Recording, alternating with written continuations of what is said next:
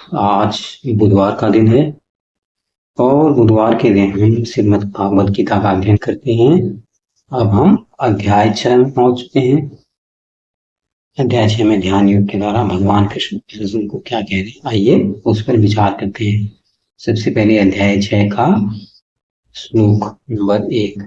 श्री भगवान वाच अनाश्रितः कर्मफलं कार्यकर्म करोति यः सो सन्यासी च योगी च न निराग्रन्न चाक्रियः।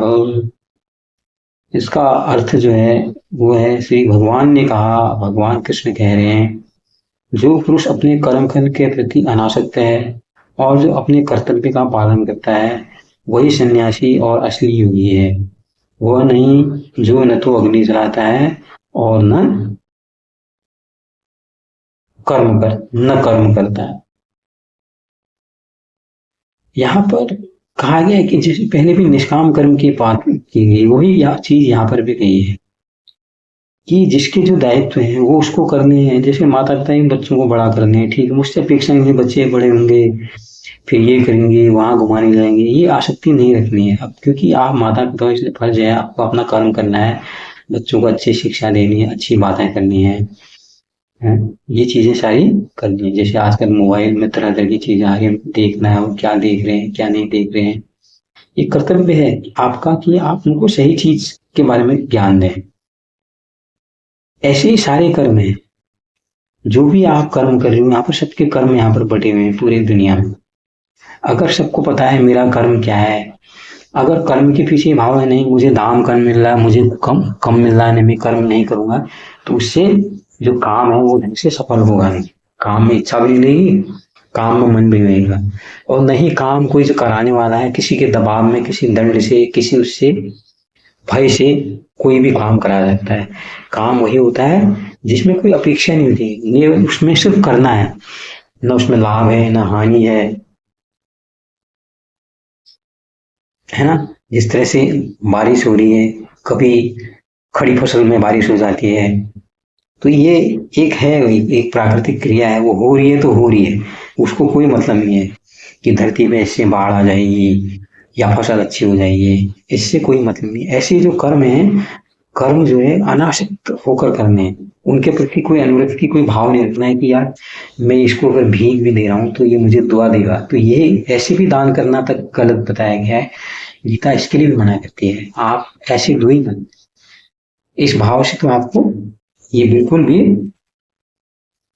कुछ भी नहीं करना। इस तरह जो सन्यासी होते हैं वो अपना काम ऐसे ही करते हैं। तो हमें एक सन्यासी जो है इसलिए कहा गया जो इस तरह से काम कर रहा है, असल में वो सन्यासी कोई और नहीं है, सन्यासी के रोल कहीं दिखाए नहीं है, वही योगी है, वही सन्यासी जो इस तरह से निष्काम होकर बगैर परिणाम के सारे काम कर रहा है। आइए श्लोक 2। यं सन्न्यासमिति प्राहुर्योगं तमविद्धि पाण्डव न ह्यसन्न्यास्तसंकल्पो योगी भवति भा कश्चन। इसमें कहा गया है, हे अर्जुन, जिसे संन्यास कहते हैं उसे ही तुम योग अर्थात परम ब्रह्मा से युक्त होना जानो, क्योंकि इंद्रिय तृप्ति के लिए इच्छा को त्यागे बिना कोई कभी योगी नहीं हो सकता है। यहाँ पर क्या है, सारी जो भोग है, आसक्ति है, विषय के प्रति आकर्षण कौन पैदा करते हैं? इंद्रियां पैदा करती है। अच्छा सुनना, अच्छा देखना, अच्छी सुगंध, हाँ, सारी जो तुलना कराना कहते हैं, तुलना, द्वैत भाव जो पैदा कराता है, इंद्रियां हो तो द्वैत भाव भी ना पैदा हो, तो सारी इंद्रियां क्या कराती है, वो द्वैत भाव को पैदा कराती है। तो इसलिए जो इंद्रिय तृप्तियों की इच्छा को त्याग देगा कि मुझे अब ये भोगना है, मुझे ये खाना है, उसी को मतलब नहीं है, जो मिला उसने खा लिया, उसको स्वाद से किसी, क्योंकि इस कुछ करने के लिए शरीर को तो हमको चला के रखना ही है, शरीर के लिए हमें नहीं खाना है, शरीर बढ़ाने के लिए हमें नहीं खाना है, शरीर को हमें इतना बना के रखना है ताकि हमारी जो चिंतनशीलता है, हमारी तर्कशीलता है, वो हमारी बनी रहे। अगर हम इस भाव से काम कर रहे हैं कि हमको चिंतन मनन करके काम करना है, तो उसको ही इसमें कहा गया है कि यहाँ पर अर्जुन कह रहे हैं, कृष्ण कह रहे हैं कि अर्जुन यही तो सन्यास है, सन्यास कोई अलग चीज नहीं है, तुम्हें जंगल में जाना है, गेरुए रंग पहनने हैं, ये भाव है ही नहीं। ये भाव है तुमने घर में रहते हुए अगर इंद्रिय तृप्ति की आकांक्षा अगर छोड़ दी है तो तुम ही योगी हो। तुम सोच लो यही परम ब्रह्म से मिलो। जितने भाव तुम काम कर रहे हो, जिस दुनिया में रह के सारे काम कर रहे हो, भाव में एक ही है कि वो परम परमेश्वर, परम ब्रह्मा परमेश्वर के लिए मैं काम कर रहा हूँ, उसके निमित्त के लिए मैं काम कर रहा हूँ। मेरा जीवन जो है सिर्फ उसी के लिए है, उसी के हिसाब से मुझे काम करें। जब इस भाव से आप काम करोगे तो आप ही समझ लो योगी है। उसको योगी और सन्यासी के लिए कोई नियम ऐसा नहीं है।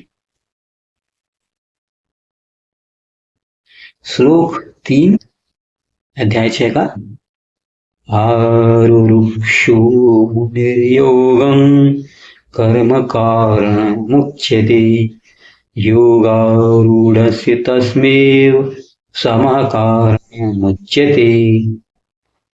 इसका अर्थ है अष्टांग योग के नव साधक के लिए कर्म साधन कहलाता है और योग शुद्ध पुरुष के लिए समस्त भौतिक कार्यक्रम का परित्याग ही साधन कहा जाता है। जब आप प्रभु से अपने को जोड़ लेते हो, सारे भाव जहां आप परमेश्वर को जोड़ के करते हो, तो वो क्या है, उसको योग कह रहे हैं। इसका जो है इसका तुलना कैसी की जाती है, जैसे एक कोई सीढ़ी है जो सर्वोच्च आध्यात्मिक शक्ति के लिए जाती है। उस सीढ़ी जीव की अधम अवस्था से प्रारंभ होकर आध्यात्मिक पूर्ण आत्मिक शाश्वत तक जाती है। विभिन्न चढ़ाव अनुसार सीढ़ी के विभिन्न विभिन्न भाग विभिन्न नामों से जाने जाते हैं। कुल मिला के पूरी सीढ़ी ही योग कहलाती है। इनको जैसे बांटा गया, ऐसे कहते हैं ध्यान योग, ज्ञान योग, ध्यान योग, भक्ति योग। प्रारंभ भाग में योगारूढ़ अवस्था, अंतिम अवस्था को योगारूढ़ कहा जाता है। अष्टांग योग का जहां तक बात की जाती है, जिसकी प्राय शारीरिक मुद्राएं हैं। ध्यान की में पुरुष में आरंभ क्रिया को सकाम कर्म माना जाता है। ऐसे कर्म से पूर्ण मानसिक संतुलन प्राप्त होता है जिससे इंद्रियां वश में होती है। ये योग की जो अष्टांग योग कहते हैं ना, ये योग के फायदे होते हैं। जिससे आप अपनी इंद्रियों को नियंत्रण करना सीखते हो। धीरे धीरे धीरे आप करोगे तो सारा आपका इंद्रियों में जो है नियंत्रण आपके आने लग जाएगा।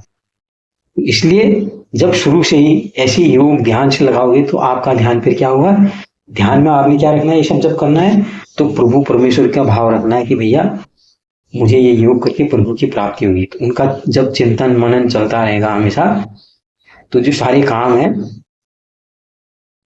आप उसी के लोगे। इसलिए जितने आपके भौतिक क्रियाकलाप हैं वो फिर माने नहीं जाएंगे, फिर गिने नहीं जाएंगे। फिर तो आप योगी हो, यही तो योगी है, और कोई और योगी तो नहीं। अंतिम श्लोक आज का चौथा श्लोक अध्याय 6। यदा हिनेन्द्रियार्थेषु न कर्म स्वनुसज्जते सर्वसंकल्प संन्यासी योगारूढ़स्तेदुच्यते। इसका भावार्थ है जब कोई पुरुष समस्त भौतिक इच्छाओं का त्याग करके न तो इंद्रिय तृप्ति के लिए कार्य करता है न सकाम कर्मों पर प्रवृत्त रहता है तो वो योगारूढ़ कहलाता है। योगारूढ़ होना क्या है, यहाँ पर आप इंद्रियों के भाव तो है ही नहीं। आप फिर आज जो मैंने ये बिल्डिंग बनानी है, मैंने ट्रेडिंग करनी है, इतना पैसा कमाना है, ये करना है, ड्रीम इलेवन में मैं आज टीम बनाऊंगा, मैं करोड़पति बन जाऊंगा, फिर मैं स्मार्ट होऊंगा, मैं एप्पल का फोन पढ़ूंगा, मैं आईफोन खरीदूंगा, मैं ये गाड़ी खरीदूंगा, पर्यावरण खत्म होने के कगार पर आ गया। ऐसे आदमी को जो भूख में लगा रहता है ना, तभी तो ये हाल हो गई धरती ये, पता ही नहीं किसी को क्या हाल हो रही है। समुद्र का जलस्तर बढ़ रहा है, जंगल जल रहे हैं, आदमी घरों पर घर बना जा रहा है। पहले संयुक्त परिवार में रहता था, एक घर में एक कमरे में बड़ा 8-10 लोगों का परिवार रहता था। आज 4 लोगों का परिवार है, सबको अलग अलग बिल्डिंग चाहिए, ये वहां पर गेट पे गाड़ी, एक द्वारपाल चाहिए, शोफर ड्रिवन गाड़ी चाहिए। ये सब जो जितनी भौतिक उसमें लगा रहेगा, उसको क्या पता है कि पर्यावरण कितना हमने नष्ट कर दिया है। तो जिसने भौतिक इच्छाएं अपनी त्याग करती हैं और जो फिर इंद्रिय तृप्ति का जिसके अंदर भाव है ही नहीं, तो और न हो फिर सकाम कर्म, मतलब आप परिणाम चाह रहे कि भैया मैं ये करूंगा, फिर जो मैंने आपको कहा मैं ये करूंगा, फिर मैं करोड़पति बन जाऊंगा, ये बनूंगा, जिसके अंदर वो भाव नहीं है, तो ऐसा जो व्यक्ति कहा जा रहा है वो योगारूढ़ कहलाता है। तो जिनको ऐसी अनुभूति प्राप्त नहीं, उन्हें चाहिए कि भौतिक इच्छाओं से बचे रहने का यंत्र प्रयास करे, बार बार प्रयास करे, तभी वो योग की सीढ़ी के ऊपर चढ़ सकता है। सतत प्रयास करना होगा। ये भौतिक आकांक्षाओं की पूर्ति में अगर लगे रहेंगे, आदमी चोर भी बनेगा, डकैत भी बनेगा, आतंकवादी बनेगा। जब इनका भाव हमें छोड़ना पड़ेगा, इनमें दौड़ का, तब आप योगारूढ़, तो आप प्रभु की ओर जा रहे हो। दुनिया चाहे उसको कहे अरे यार बेचारा गरीब है, अमीर है, दुनिया की दृष्टि में अगर आप दौड़ोगे तो फिर आप द्वैत में कुछ, आप कुछ नहीं करवा, फिर आप योगी नहीं हो, फिर आप सन्यासी। आज के लिए इतना ही, बहुत बहुत धन्यवाद, नमस्कार।